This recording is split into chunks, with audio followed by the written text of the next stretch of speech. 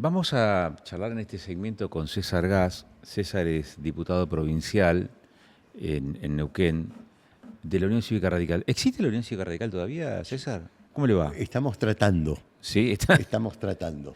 Bueno, Casualmente, te tiro como información, sí. el 18 se cierran las listas para la convocatoria internas, que ojalá haya lista única, y creo que arrimando todos los que se fueron, todos los que están, podemos tener alguna posibilidad de volver a un protagonismo en función de que los resultados electorales mostraron una ventana abierta que da posibilidades en una expresión como el radicalismo, más las determinadas alianzas que se puedan hacer. Ajá. Digo, es un momento muy particular de Pero la estamos en terapia intensiva. Sí, ¿no? Sí, Eh, las estructuras políticas tradicionales están en terapia intensiva. absolutamente. Es decir, ¿le caben las generales de la ley o también por errores propios? No, yo creo que la actividad política hoy carece de representatividad auténtica porque fue sustituida por otros referentes. Yo te puedo decir que hoy algún jugador de fútbol tiene más representatividad que los políticos, que algunos que ya conocemos, que estamos todos y que no denostamos esa posibilidad de emerger nuevamente la política. Pero hoy la falta de representatividad por faltas de respuestas de gobiernos anteriores hacen que asuma un gobierno que descree la política, aunque la hace, pero la denosta. Es un gobierno que piensa que está interpretando el sentimiento de la gente, que es ir contra lo que estaba, y bueno, evidentemente ganó las elecciones con ese mensaje. Ahora, si así se construye, yo creo que en la Argentina no se puede construir absolutamente nada sobre la base de la división, la segregación y las diferencias. Yo creo que se construye sobre la base de la unidad, tratando de llegar a la unión nacional para con... Pero lo Para suyo es con una utopía, digamos, en tiempos de grieta, hablar de la unidad. bueno, es decir, te lo hablo casi filosóficamente. Eh, Dos temas me interesa charlar Sí, con usted, César. Por un lado, es el código, el nuevo Código Procesal Civil de la provincia de Neuquén. Digo, fue un trabajo bastante intenso durante este tiempo y me da la sensación de que hay muchas expectativas respecto de los resultados del código. Ahora, es un nuevo código, pero el Poder Judicial sigue siendo el mismo de ayer. sí, pero en general los jueces se tienen que ajustar a la ley, los jueces, los fiscales, los defensores.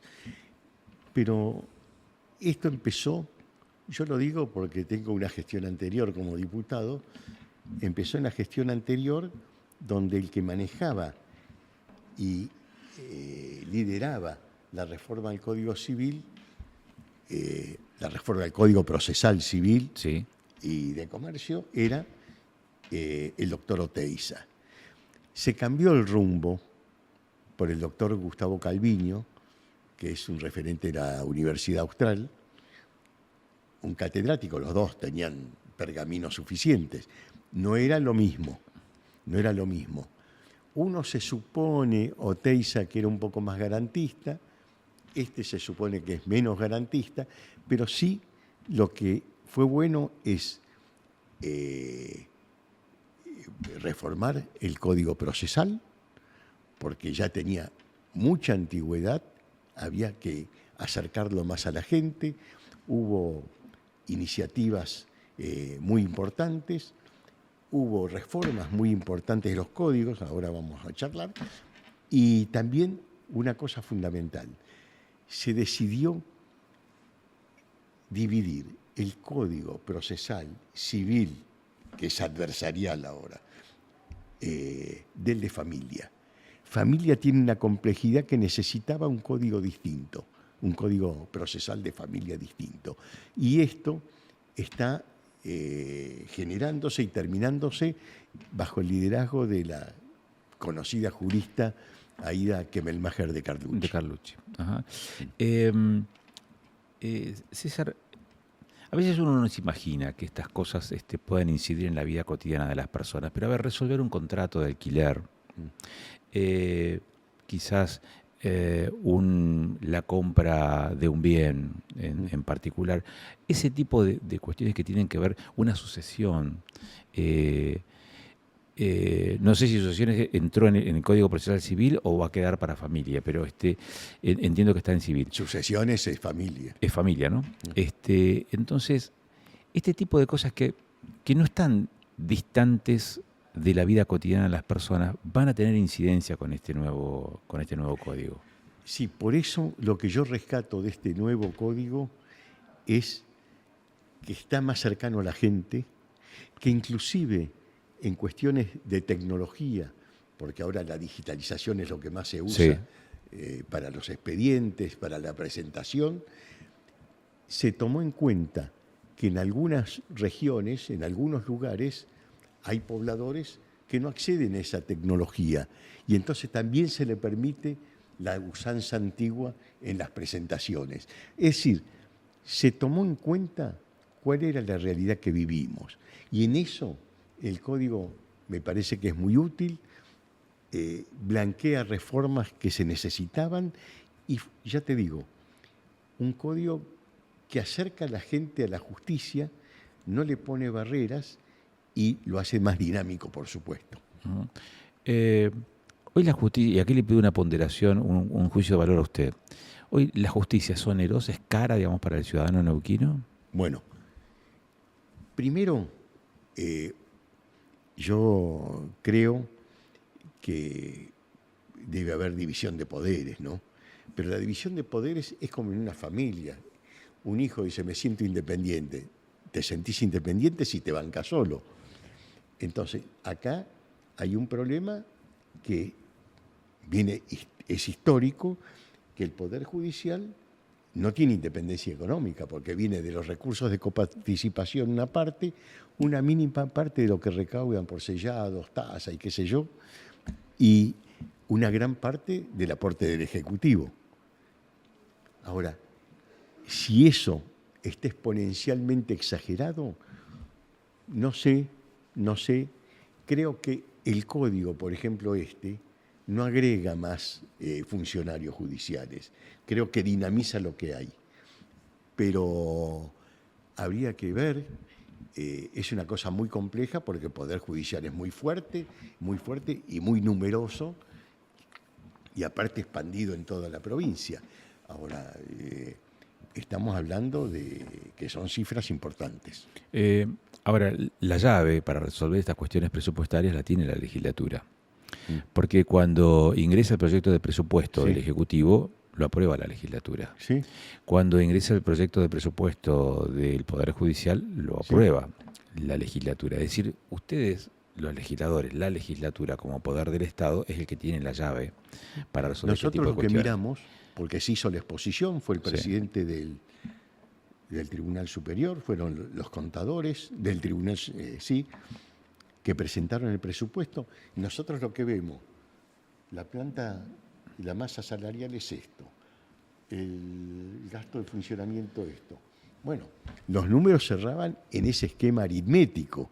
Ahora, después, si vos ves que hay que darle mayor empuje a un sector que otro, eso tendrá que ver a través de una reforma del régimen del Poder Judicial, pero eso tiene que salir del mismo Poder Judicial la perspectiva de una reforma. O sea, no va a salir de la legislatura a decir, bueno, pero si este esquema de asignación de recursos para el funcionamiento del Poder Judicial no alcanza al punto tal de que el Ejecutivo tiene que salir en auxilio con un... Se dijo, pero se dijo como una mención, porque no se puede solucionar. ¿Por qué no se puede solucionar si hay que modificar una ley, en todo caso, de cómo se financia el Poder Judicial? ¿Y cómo se autofinancia? Por ejemplo, no es un sistema productivo. Está bien, pero con una asignación mayor en la cuota de, no sé, en la participación de la podría coparticipación de impuestos. Hay que ver todo. Nosotros, te digo, llegamos a la altura de que nos presentaron el presupuesto. es como los balances. Cerraban en términos aritméticos. Después, si hay que hacer reformas, esto no estaba contemplado ahí. Lo mismo que lo del Poder Legislativo. El Poder Legislativo, la verdad, que hubo algunas manifestaciones, algunas opiniones y hubo modificaciones. Lo que pasa es que cuando se discute el presupuesto nadie quiere ceder nada, ¿no? ¿Cómo? Cuando se discute el presupuesto nadie quiere ceder un peso. Mirá, como diputado digo, qué lástima que no fue más generoso el presupuesto legislativo, pero yo creo que tiene que haber una revisión. ¿Sabes por qué? Porque tanto tus preguntas como mis respuestas en función del presupuesto está pensado en cuál es el imaginario de la gente, que se gasta mucha plata en política, en el legislativo, se gasta mucha plata en los jueces, se gasta mucha plata en la masa salarial del Poder Ejecutivo. Entonces, si nosotros no hacemos un profundo análisis racional de los gastos, cómo se pueden acotar, pero solamente estamos pensando, vamos a hacer esto para quedar bien con la gente y para que vea que nosotros achicamos la planta política, vamos contra eso, porque es un mensaje que está rondando en la calle, creo que nos equivocamos. Creo que lo que hay que hacer es análisis de tipo con rigor técnico, con rigor filosófico, con rigor de tener el sendero de hacia dónde vamos, con el plan de gobierno que tiene el gobernador actual y cómo incide la oposición en incorporar reformas que yo creo que son necesarias. Por ejemplo, te digo esto, A ver. porque lo digo desde mí, no estoy contaminado por nadie para decir eso. Ajá. No quiero contaminar a nadie. Pero para mí hoy hace falta una reforma de la Constitución, en artículos básicos. Y en esto que vos habías mencionado. Si nosotros vamos a corregir cosas del Poder Legislativo, cosas del Poder Ejecutivo, cosas del Poder Judicial, también tenemos que ver que no choque con la Constitución. Y en eso hay que tener una mirada, como en muchas otras cosas. ¿Y la ves factible? Mirá, lo veo factible en el... Digo, ¿es una visión compartida con otros legisladores o con otros espacios políticos o Mirá, en esto te digo que por lo menos en cuanto a lo legislativo es un pensamiento personal. Ok. Pero estamos hablando de presupuesto, estamos hablando de finanzas, estamos hablando de números. Sí. Se habla enormemente de la potencialidad de Neuquén, que está parada sobre vaca muerta, de una administración que hace gala, digamos, de esa administración más eficiente, pero también de toma de créditos. ¿Qué pasa con esta? Bueno, a ver, dos cosas distintas. Diga. La toma de crédito, yo no me limito a votar a favor o en contra. Yo explico el sentido de mi voto. Y en la toma del crédito, yo la apoyé. ¿Por qué? Porque me hice analizarlo por economistas muy importantes y inclusive uno, que es el director de la carrera de Economía de la UBA, me mandó el boletín oficial donde correligionarios míos, que son gobernadores, habían tomado créditos similares. ¿Por qué? Porque como el gobierno quiere seguir sin déficit fiscal o con superávit fiscal, no le manda plata a las provincias, así es fácil tener superávit. Y entonces alienta que las provincias directamente tomen créditos con los organismos internacionales. Y si vos ves lo que tomó Santa Fe, lo que tomó Córdoba, lo que tomó Mendoza, lo que tomó Salta, son casi proformas iguales de lo que toma Neuquén para hacer cosas que tal vez si viniera el dinero de Nación no se necesitaría tanto.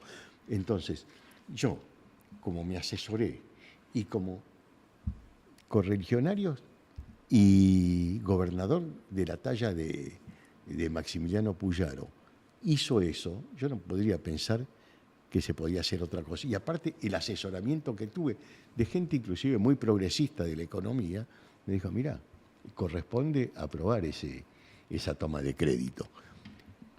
Eso por un lado. Entonces ahí me expresé de esa manera.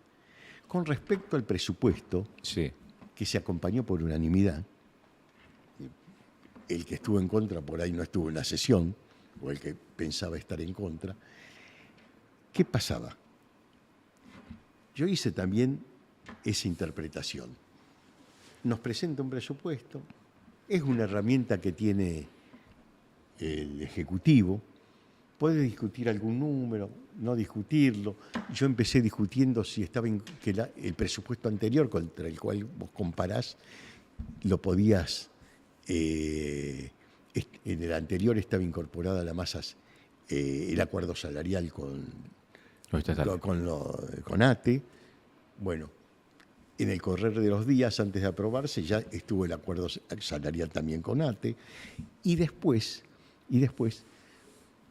dediqué un párrafo a que también tenía que haber una visión geopolítica. ¿Por qué? Porque el precio del barril no los ponemos nosotros, porque si hay guerra en los países de productores, escala el precio, y si hay una paz que todos ansiamos en el mundo, baja el precio. Entonces, son conceptos y miradas geopolíticas que también tienen que estar en un gobierno provincial que depende mucho de lo que pasa internacionalmente. Bueno, es una gran dependencia, quizás es la mayor dependencia que tiene Neuquén, ¿no? Si se alienta una gran expectativa respecto Sí. de la principal Después, fuente de ingreso, que son las regalías, como algo parroquial, que ¿qué no pasó? es parroquial, es algo central, desde el 2000 estoy fuertemente con pedidos con presentaciones a la Corte, con presentaciones a la Justicia Federal, sobre las represas, que es lo que creo que el gobierno ha cedido sin mucho a cambio. El gobierno nacional, cuando fija las formas de No, continuidad de la administración o de la explotación de las represas, o del Yo gobierno de la creo provincia, que, o de las el que provincias. se dio es el gobierno provincial, porque el gobierno nacional va por todo. Aparte le pone una cifra que es más o menos la corrida cambiaria de un día a las represas, amortizadas, auditadas, vencidas las concesiones. La verdad, yo creo que el gobierno tendría que haber hecho más fuerza. Yo me he juntado con el gobernador por este asunto y la última resolución de la Justicia Federal decía que las presentaciones que en ese momento habíamos hecho Pablo Servi y yo, no estábamos legitimadas para hacerlas, pero sí el gobierno de la provincia. Y yo pensé que iba a actuar la Fiscalía de Estado. ¿Se sintió solo en eso? Me da por su pasado en Hidronor, me da la sensación de que el tema represas hidroeléctricas lo siente como algo muy cercano, muy casi propio. No, porque el artículo 124 de la Constitución, vos sos abogado, dice que los recursos naturales son de la provincia. Sí. Vos me podés decir, la represa la construyó la nación. ¿Y sin agua cómo hace? Sí. Por lo menos un acuerdo. Decir, meterse más, no en pliegos de licitación, en ver cómo se operan. Es decir, no necesitas privatizar para tercerizar la operación, inclusive con las mismas empresas que están, pero directamente con la dirección de la nación y de las provincias. La verdad, es un déficit muy grande que yo veo, haber cedido y no haber pataleado como había que patalear. ¿Hoy cuánto representa? Bueno, nosotros hablamos mucho de las regalías hidrocarburíferas. Sí. Ahora, sobre la explotación del recurso hídrico, Es mucho menor, por supuesto. es menor, pero Sí. no lo tenemos. Pero acá lo que tenés que pensar es una cosa. Hay leyes de concesión que te limita el uso, la erogación de agua. Y la erogación de agua está contemplada también para el riego de miles y miles de hectáreas. Es decir, una cosa integral, que en general no se cumplió nunca, pero que, bueno, vencidas las concesiones, se podría echar una mirada sobre eso. Cuando se construyó el Chocón, se pensó que se iba a irrigar de 500.000 a 1.000.000 de hectáreas. Bueno, no se hizo, pero sí hubo una ley de concesión, era Hidronor que monitoreaba eso y que sabía que en el peor de los casos siempre la erogación iba a ser sustentable, por lo menos para el riego de las chacras, para el riego que normalmente se necesita en el Alto Valle. Bueno, hoy no sé si está contemplado todo esto porque no sabemos nada. Bueno, yo le quiero decir, una cosa a propósito de todo esto, ¿no? Todo el sistema de riego del Alto Valle se provee de agua del dique Ballester, que no está sobre el Limay, donde está el Chocón, Ballester, Chipoleti, donde están todas las otras represas, ¿no? Y lo que es peor, la superficie irrigada dedicada a la producción agropecuaria de agroalimentos fue estipulada ya por principios del siglo pasado en X cantidad de miles de hectáreas. Absolutamente. La urbanización ha ido comiendo esas tierras y la mancha agroproductiva no ha crecido. Eso pasa cuando la producción no se hace rentable en función de las condiciones económicas que hay. Entonces es mucho más fácil comercializar gran parte de las chacras, lotearlas. Lo viví en el Paseo de la Costa, que cuando hicimos la ley para poder lotear lo que eran las chacras, la parte privada, en la confluencia, eran chacras ya inexplotadas. Claro, entonces los vecinos decían, bueno, arreglemos esto, porque producir no estamos produciendo. César, pues podría seguir charlando con ustedes largamente, pero no quiero caer en este lugar común de los periodistas que me obliga a caer en esta vez, y es que el tiempo resulta... tirano. Sí, resulta finito. Le agradezco como siempre la gentileza y la amabilidad de poder charlar con para ustedes. mí es un placer y expresar lo que uno siente como corolario de todo esto. Yo no estoy ni con el oficialismo nacional ni provincial, pero soy una persona muy racional, que no es un opositor serial y que ve las cosas de una manera positiva, tratando de ayudar en lo que se puede y tratando de señalar las cosas en las que no estoy de acuerdo. Y tratando de revitalizar el radicalismo, ¿no? Eso, ahora me voy a la farmacia a comprar vitamina.